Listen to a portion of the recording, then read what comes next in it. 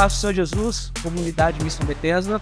Você que nos acompanha aí pelas redes sociais, pelo YouTube, você pode acompanhar esse estudo clicando aqui embaixo. Você tem o arquivo em PDF para você acompanhar e estudar junto com a gente essa noite.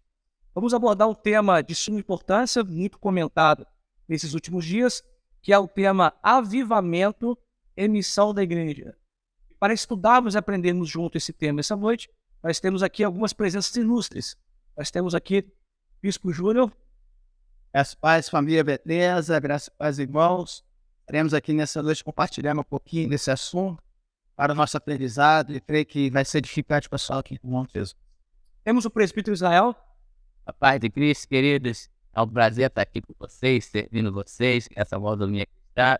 Espero que possamos agregar bastante hoje nessa aula. Temos também a nossa irmã Stephanie. Pai do Senhor, igreja. Amém, queridos.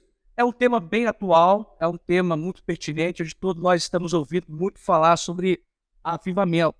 O texto base da nossa lição de hoje está em Mateus capítulo 28, versículo 19 e 20. Você pode acompanhar aqui na tela, onde nós postaremos aí o texto, em que o Senhor Jesus diz: portanto, ide, fazei discípulos de todas as nações, batizando-os em nome do Pai, do Filho e do Espírito Santo, ensinando-os a guardar todas as coisas que eu vos tenho mandado, e eis que estou convosco todos os dias até a consumação dos séculos. Amém. A verdade prática dessa lição de hoje é: o ide de Jesus é urgente, é exclusivo para a igreja e só pode ser realizado pelo poder do Espírito Santo. Nós estamos vivendo um tempo em que nós temos ouvido muito falar sobre avivamento. E o mais recente, nós vimos pela televisão, pela internet, redes sociais, sobre o avivamento de uma igreja norte-americana lá em Asbury, uma igreja que está assediada dentro de uma universidade, e todos nós temos acompanhado sobre esse avivamento. Tem sido relatado, descrito pelas redes sociais, pela internet, pela televisão, e nós gostaríamos de abordar esse tema hoje. Isso, Júlio, o que o senhor pensa a respeito? O que a palavra de Deus fala sobre avivamento? O senhor acredita que há um avivamento de Deus para esses últimos dias? O senhor acompanhou essas notícias da Universidade de Asbury, nos Estados Unidos? Acompanhamos, né? Todos nós acompanhamos, né? Foi algo que viralizou, né, nas redes sociais, e nós pudemos aí acompanhar alguns irmãos, até mesmo saindo do Brasil, né, de outros países, indo, né, até lá em Asbury para receber um pouco daquela, né, daquela unção que estava sendo derramada ali durante aqueles 17 dias, né, se eu não me engano, e aconteceu aquele mover. Eu penso que, na verdade, o avivamento faz parte da história, né? Bíblica, sempre houve um avivamento, e nós vamos falar um pouquinho sobre isso hoje, nessa noite, sobre o significado do avivamento. E só tem que, a gente precisa entender um pouquinho sobre essa questão. Hoje nós estamos dando o embasamento acerca do acontecimento nessa universidade ali dos Estados Unidos, em Asbury. Agora, o que nós temos que saber distinguir? Até que ponto, de fato, é não somente um movimento ou um avivamento?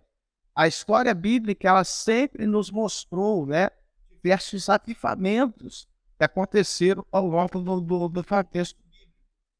E eu penso que uma das receitas que o próprio Deus deixou para o avivamento está registrado ali em 2 Crônicas, capítulo 7, 14, onde se diz, né, se meu povo se chama pelo meu nome, se humilhar, orar, buscar a minha face, se converter nos seus maus caminhos, eu, Senhor, virei dos céus, perdoarei os seus pecados e sararei a sua terra. Então é Deus dando a receita para o avivamento, né, para que ele possa se manifestar na terra.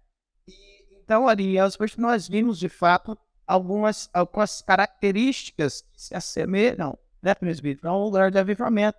Nós vimos pessoas que de fato se arrependeram, nós vimos que o nome de Deus, né, estava sendo invocado acima de todos os nomes, acima de todas as coisas. Não havia divisão de autoridades, né, e de uma exaltação humana. Pelo contrário, estava sendo tão somente exaltado o nome do Senhor. A figura exaltada ali não somente era o nome do Senhor. houve adoração, houve louvor, houve arrependimento. Porém, eu penso que o avivamento, nós só conseguimos realmente entender que, de fato, houve um avivamento com o efeito posterior ao movimento que ele causou. Porque, na verdade, agora a transformação do lugar das pessoas, né? Na verdade, a Bíblia diz que a gente conhece a árvore pelo fruto que ela dá. Então, agora, aquele movimento, vamos dizer assim, até então, ele causando frutos, né? E trazendo frutos para aquela região, para as pessoas as pessoas de fato foram transformadas, né? Houve uma mudança de vida. Aí sim a gente vai poder dizer e concretizar que de fato o que houve ali foi um avivamento. Até o momento nós podemos de fato crer que as características indicam para um grande avivamento, né? E a Bíblia mostra que de fato sempre houve avivamento e é uma promessa também para os nossos dias. É isso, presbítero? Você pensa? Concordando, corroborando, falou, há um desejo muito grande de Deus com relação ao avivamento. Deus quer avivar o seu povo, Deus tem esse desejo de avivar, Deus tem poder para avivar. Só que Deus precisa de pessoas disponíveis com uma paixão muito grande para Ele entregar ali o avivamento. O avivamento não precisa começar com uma multidão, pode começar por uma pessoa. Deus precisa dessa uma pessoa para iniciar, porque a Bíblia está recheada de avivamento. E atualmente esse avivamento, a qual foi citado, trouxe essa repercussão muito grande no 17x. Parece que está falando que era uma proporção maior. em século XIX, na Rua Azusa, né? Um avivamento que durou 13 anos, durou 13 anos, e foi um modelo de avivamento do povo pentecostal. E a gente viu muito fruto disso, e nós, como pentecostais, escolhemos muito disso, se espelhamos muito disso. Então Deus quer avivar, Deus quer fazer, mas Ele precisa de pessoas disponíveis com um coração muito grande. Porque avivamento é uma coisa que vem de Deus.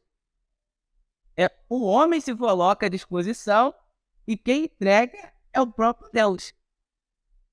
O ser humano, o máximo que ele consegue, né? O máximo que o ser humano consegue é encher outro homem de empolgação e de emoção. Empolgação, emoção, euforia. Mas isso tudo é fútil, é barato, tudo isso. Fazer isso. Agora o avivamento, não. O avivamento genuíno, ele transforma a pessoa. A pessoa, ela sente aquela necessidade muito grande, é muito mais do que emoção, é muito mais do que empolgação, é transformação, é necessidade, eu preciso, eu paro de olhar para mim e passo a olhar para o propósito que Deus tem para mim, que muitas das vezes é diferente do propósito que eu tenho, e o avivamento é esse caminho. Então, para a introdução, penso, e a Bíblia também nos ensina de forma igual. Eu acho que, segundo o dicionário, você falou na visão mais bíblica, mais cristã, mas o dicionário também não foge muito. Diz o dicionário que o avivamento significa tornar-se mais vivo, animar-se, vigorar-se, despertar, tornar-se mais forte, mais intenso, intensificar-se e mais ativo. Eu acho que também, vem juntando um com o outro e para a gente conceber mais essa visão e realmente alguma coisa que ou tá morna, ou que já estava morta realmente, e mediante o poder de Deus, acontece realmente esse avivamento. É uma coisa que o presbítero falou, vem de Deus pra gente, uma coisa que a gente precisa, é básico pra gente, e traz vida, vem revigorando, entendeu? Transforma, igual muitas pessoas relataram que foram curadas nesse avivamento de 17 dias, então, sinais maravilhas. Bem de Deus é divino, realmente. Agora, a igreja precisa de um avivamento? Nós precisamos de um avivamento? O senhor pensa nisso, presbítero? Stephanie, sim ou não? Precisamos de um avivamento, sim ou não? Sim, certeza. E o avivamento, ele é para a igreja. O avivamento, ele é para a igreja. É claro que os pecadores, eles são contagiados por esse avivamento. Ou seja, a gente começa quando a igreja é avivada, o mundo sente que eles estão já fundados no pecado. Tipo assim, eu sou muito pecador, olha a diferenciação e é onde começam as conversões, onde começam as pessoas se renderem. Mas o avivamento é para a igreja. E quando o profeta João Batista, ele começou a falar para os fariseus, que era a igreja da época, ele estava falando, arrependei-vos que é chegado o reino dos céus. Ele estava falando para os judeus da época, estava falando para o império da época, que tinha ali preconizando a religião judaica da época. Ele estava falando assim, ó, se arrepende, se avive, porque é chegado o reino dos céus. Aí vem Jesus é batizado por João Batista, e Jesus chega para os discípulos e fala para os discípulos, ensina os discípulos a orar, e ele começa dizendo, Pai nosso que está nos céus, santificado seja o seu nome, venha a nós o vosso. O avivamento para a igreja é trazer o reino de Deus para nós, não o nosso reino, é o reino de Deus. E hoje, infelizmente, né, a gente sente muito esse individualismo. E o avivamento vem anular esse individualismo e passa a trazer o reino dos céus. Aí é onde o próprio Jesus continua falando, seja feita a sua vontade. Avivamento é fazer a vontade de Deus. A pessoa só consegue fazer a vontade de Deus e deixar de fazer a sua quando ela é avivada. Porque senão a gente passa a olhar somente para nós mesmos, nossa necessidade, nosso fim. Então, a igreja precisa de... A igreja hoje do século XXI tem muita informação, a informação está chegando a muito ruído e nós estamos necessitados de uma... Há um consenso na igreja cristã evangélica no Brasil e no mundo que nós precisamos de um avivamento. Independente da denominação, da placa denominacional, todos concordam que a igreja precisa de um avivamento. Agora, como começar um avivamento, bispo? Como você entende que a palavra de Deus nos ensina os avivamentos bíblicos? Como se inicia? Como se iniciar, então? Se nós precisamos de avivamento, como iniciar um avivamento? O início do avivamento, na verdade, ele começa com o despertamento acerca da realidade a qual o indivíduo se encontra. Quando a pessoa vê que há, de fato, um esfriamento espiritual, o pecado já terminou, né? E a pessoa ela vê essa necessidade de buscar, através do seu arrependimento, né, a face do Senhor. Eu penso que o avivamento ele começa com esse arrependimento genuíno, a busca por Deus incessante, reconhecer quem nós somos, o estado que nós estamos. Você vê biblicamente que vários avivamentos, né, da história, segundo a Crônicas, por exemplo, capítulo 15, que fala do avivamento em Judá, reinado de Asa, e de fato houve essa remoção dos falsos ídolos e a restauração do altar do Senhor, das ofertas, da renovação do juramento.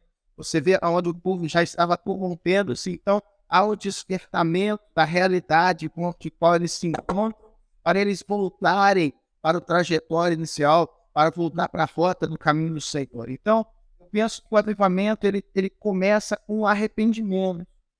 Tem que haver um arrependimento genuíno. Quando a Bíblia fala, volto a dizer em 2 Crônicas 14, quando Deus fala, né, se meu povo se chama pelo meu nome, se humilhar, orar e buscar minha face, se converter dos seus maus caminhos. Então, essa conversão, de fato, essa busca pelo arrependimento dos pecados, reconhecimento do seu estado natural, né, do seu estado espiritual, de pecador, que está afastado dos caminhos do Senhor. Quando eu falo isso, quando nós falamos aqui que o avivamento é para a igreja, na verdade, a igreja ela foi levantada pelo Senhor para ela refletir a glória de Deus para o mundo. Então, o avivamento tem que começar pela igreja. A igreja ela tem que ser, vamos dizer assim, o canal do avivamento, esse respingar do avivamento para o mundo. Ao longo da história, a gente vê que o mundo foi impactado pelo avivamento que aconteceu no meio da igreja. Em Atos capítulo 2, quando houve o derramado do Espírito Santo e a inauguração da igreja gentílica, é o avivamento, o grande avivamento registrado biblicamente na graça. Você vai ver que isso acontece com os discípulos reunidos, mas o impacto daquele ali trouxe proporções únicas. Então, na verdade, tudo começa com a busca incessante pelo Senhor, pelo arrependimento, o reconhecimento do seu estado, falar assim, Senhor, eu busco, eu te quero. E esse arrependimento, essa busca genuína, essa entrega sincera, profunda diante do Senhor, eu penso que é por aí que começa o avivamento. É com essa verdade, reconhecer realmente o seu estado e saber que há uma necessidade realmente humana e uma carência humana pelo divino. Agora, esse quebrantamento que o senhor diz sobre consciência de pecado, consciência do erro, humilhação, abandonar práticas pecaminosas, o resultado desse quebrantamento, o resultado dessa busca incessante de Deus, qual o resultado do avivamento? O que o avivamento traz para Israel? O que o avivamento de Deus traz para a igreja? O que a igreja experimenta quando a igreja passa por um avivamento? Então, o pastor Fabrício, quando a igreja passa pelo avivamento, primeiramente, a igreja, ela cresce. Ela cresce. Ela tem um crescimento saudável, um crescimento exponencial. Ela cresce na graça, ela cresce no conhecimento, ela é uma igreja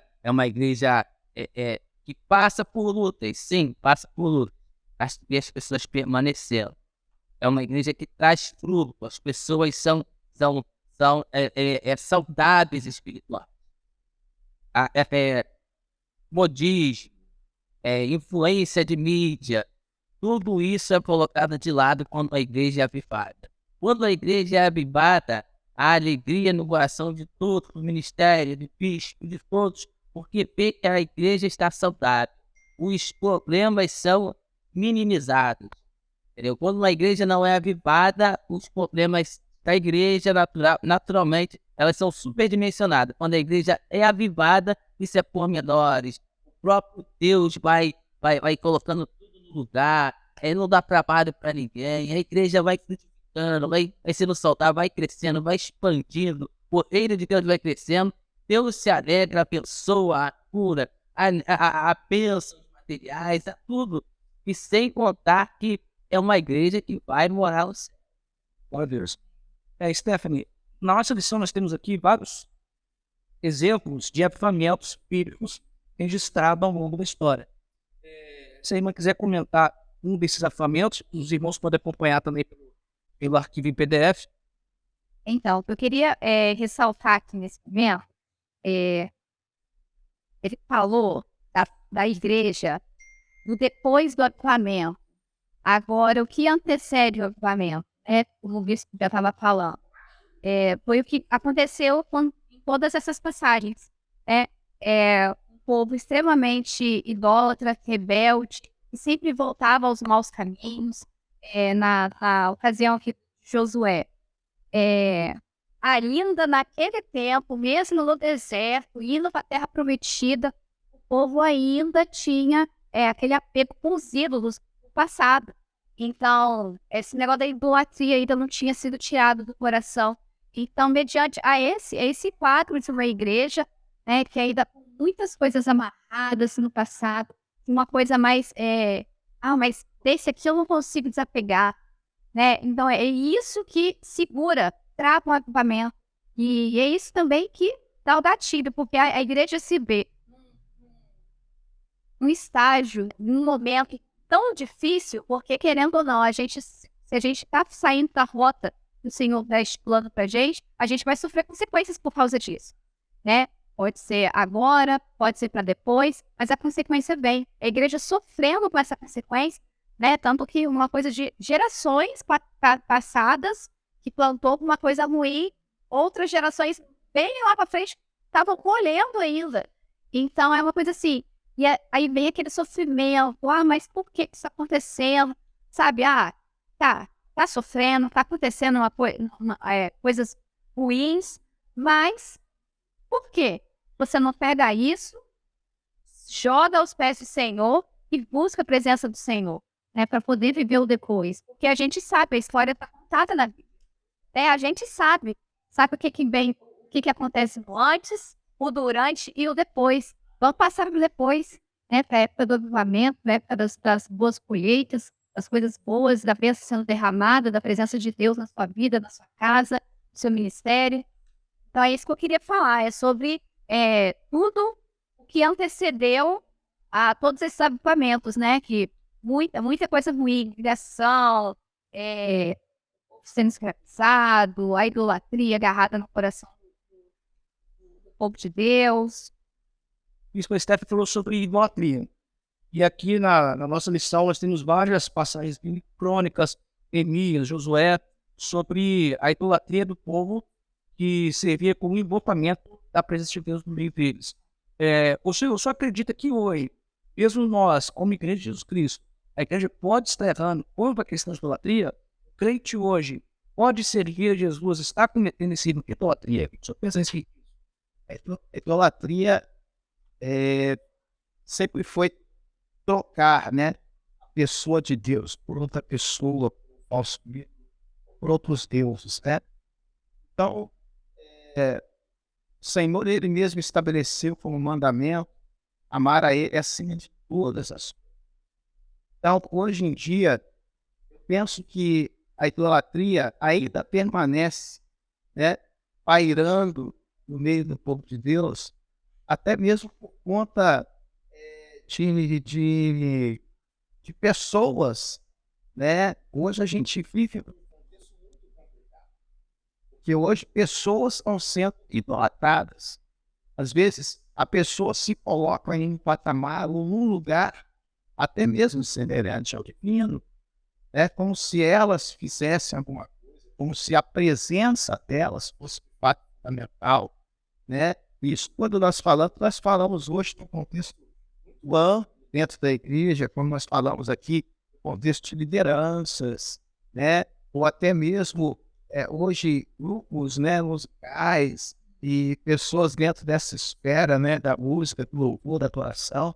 E infelizmente nós já vivenciamos algumas coisas ao longo desse tempo.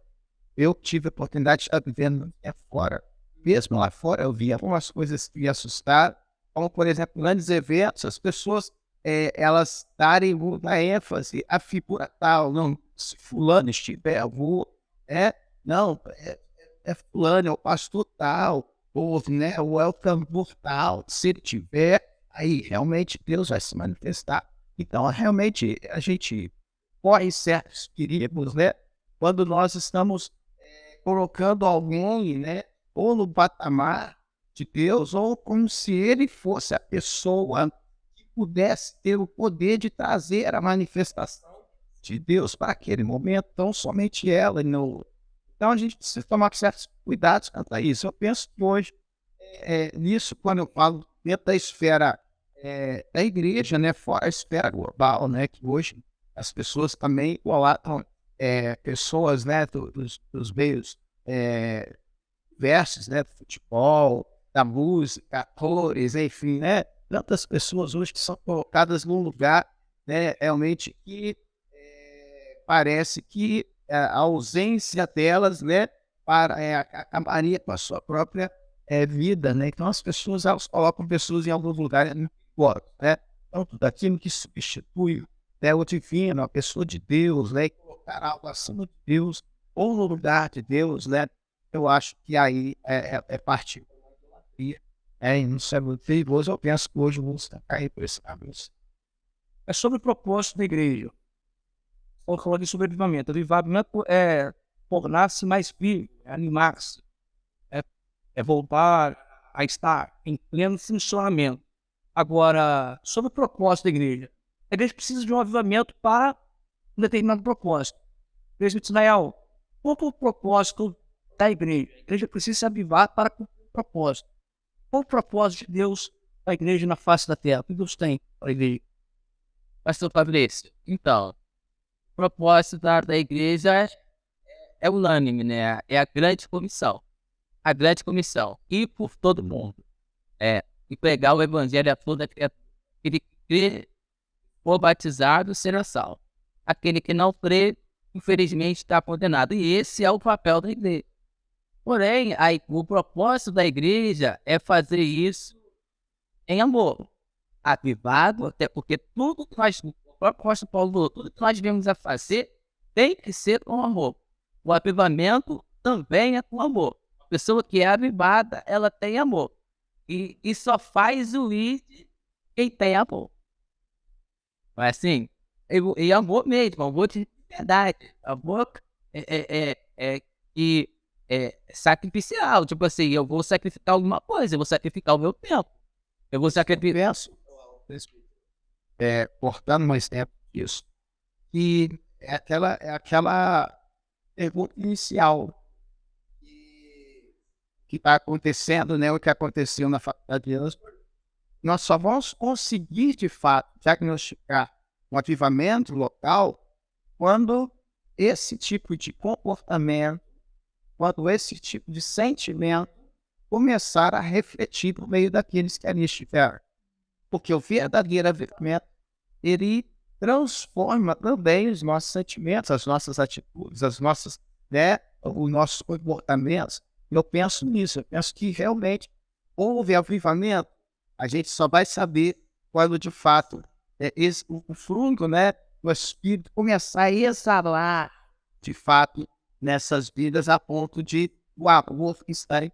Isso que o apóstolo Paulo diz em Gálatas para a igreja da Galácia, no capítulo 5 da carta à igreja, versículo 6, porque em Jesus Cristo nem a circuncisão, nem a incircuncisão tem valor ao homem, mas sim a fé que opera pelo amor. Então, o papel e o propósito da igreja é a grande comissão. E como fazer isso? Avivados. Avivados como? Em amor. Porque é com amor que você vai tirar o seu tempo. Você vai anular o seu tempo para fazer o ir de Jesus. É em amor que você vai, no ambiente do seu trabalho, trazer o reino de Deus para aquele lugar. E as pessoas vão ver Jesus na sua vida e Deus vai dar oportunidade, vai oportunizar você para falar de Jesus. Se você já fala com o seu comportamento, com as suas atitudes, Deus ainda vai dar mais oportunidade de você falar com a sua palavra. Mas por quê? Porque você amor para aquele ambiente. As pessoas que estão naquele ambiente sentem que você não está trabalhando só para você ver. Não está pensando só em você mesmo. Você está pensando em outro. Então, o avivamento e o propósito de Deus está ligado a outra pessoa.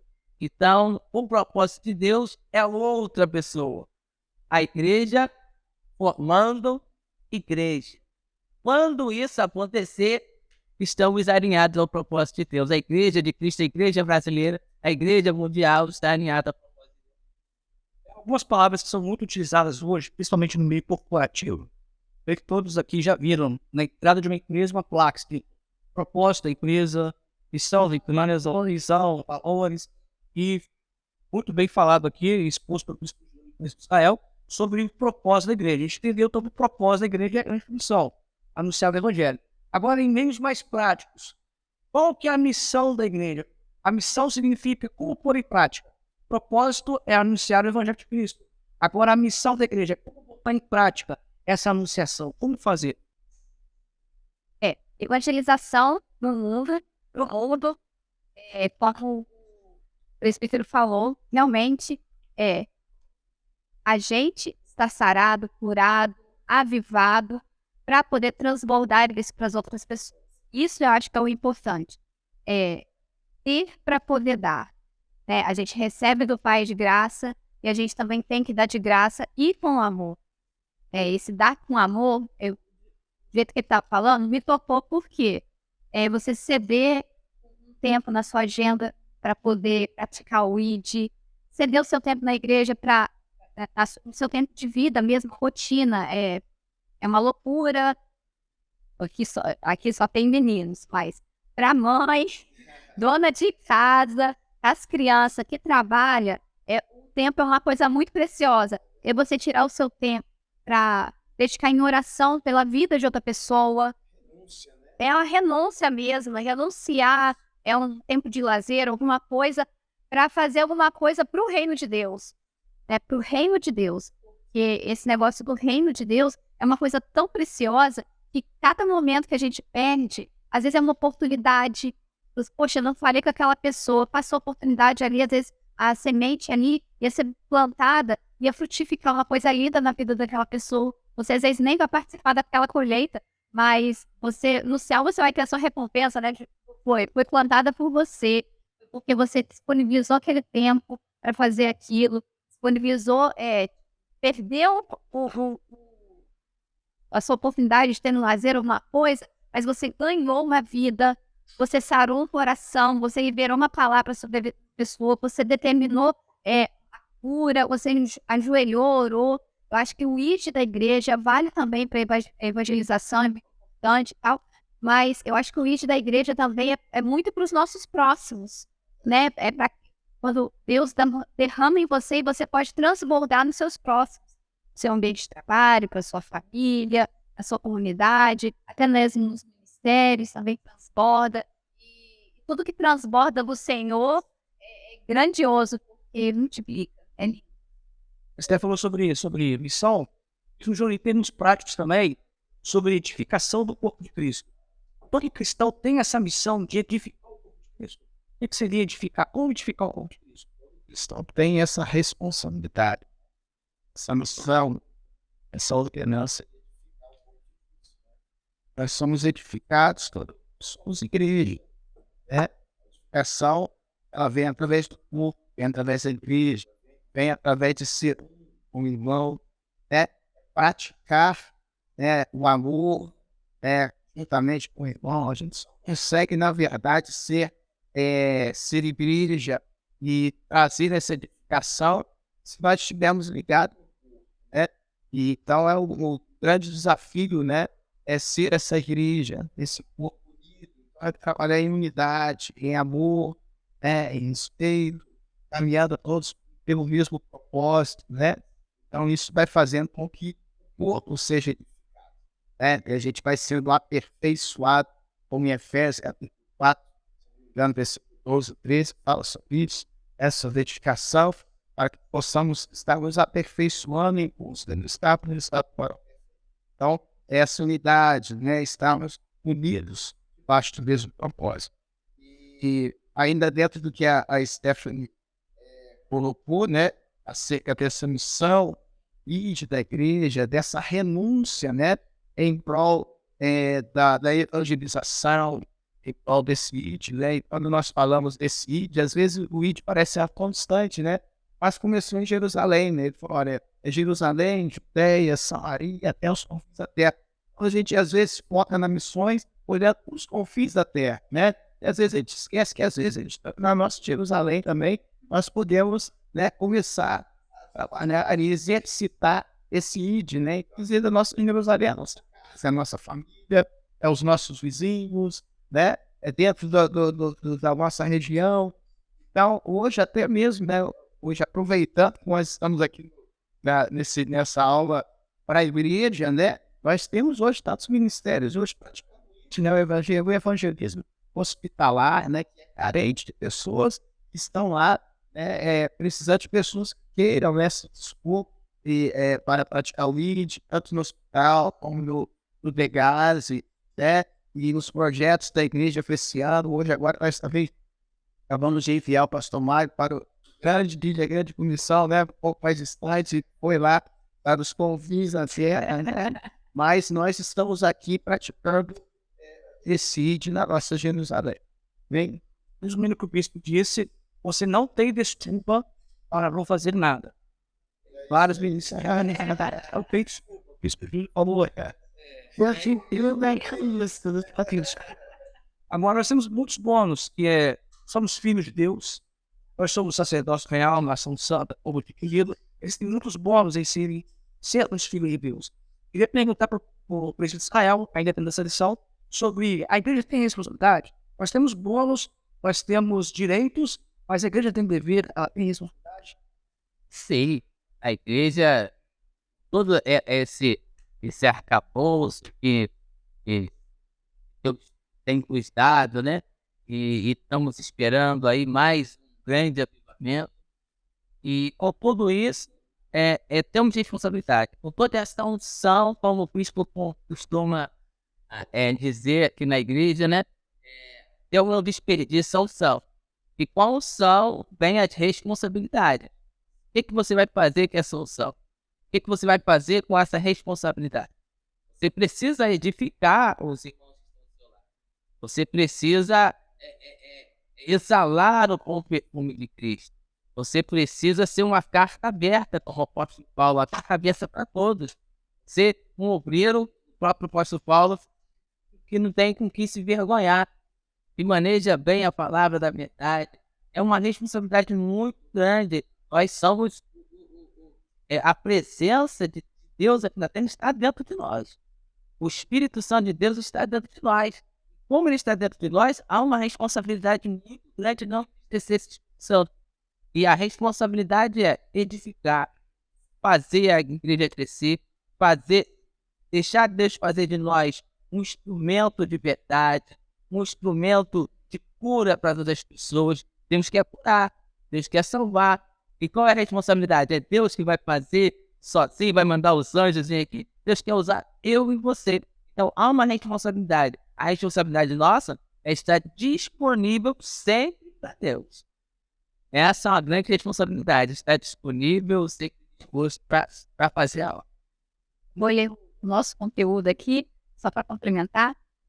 Amar a Deus sobre todas as coisas, ser o corpo de Cristo, batizar ao que crê, ensinar a doutrina bíblica, viver em comunhão, guardar a ceia, oração, cuidar dos órfãos e viúvas e fazer a diferença do sal e a luz. Que lindo. Eu acho que esse último, né, fazer a diferença, é isso. Eu acho que exalar, deixar transparecer, mesmo sem você abrir a boca. Porque eu acho que é muito feio, muito difícil, quando você escuta assim, fulano, não sei o que lá, fez isso? Mentira. É crente, você sabia? E isso é difícil. Olha, você pega todas essas coisas, mas se você pegar todas essas coisas, e não ser o sal nem a luz, parece essas coisas. A gente fica... porque a gente, né, a nossa responsabilidade como igreja é representar a Cristo. E quando isso acontece ao inverso, você é da igreja, mas pratica coisas diferentes, o nome de Cristo está sendo sujo, né? Através das suas atitudes. Nossa, gente, isso é uma coisa assim que me deixa assim com medo. Poxa, eu falo que eu sou da igreja, eu estou à frente de alguns projetos da igreja. E se alguém, eu fico preocupada, eu falei assim, se alguém me interpretar errado numa coisa, ela é crente. É o senso Que nós temos diante. Falei assim, eu falo uma coisa, me entristece muito quando eu escuto. Então, não quero que você converse comigo, mas me entristece muito, né? Nessa responsabilidade que todos nós cristãos carregamos e que um ou outro não tem temor, né? Sobre essa responsabilidade que é tão séria. E o senhor que gostaria de abordar mais alguma responsabilidade em específico, em termos práticos? O Israel também, se quiser abordar algum tema sobre a responsabilidade da igreja, quiser perguntar? Penso que esse foi falado aí, gente, né?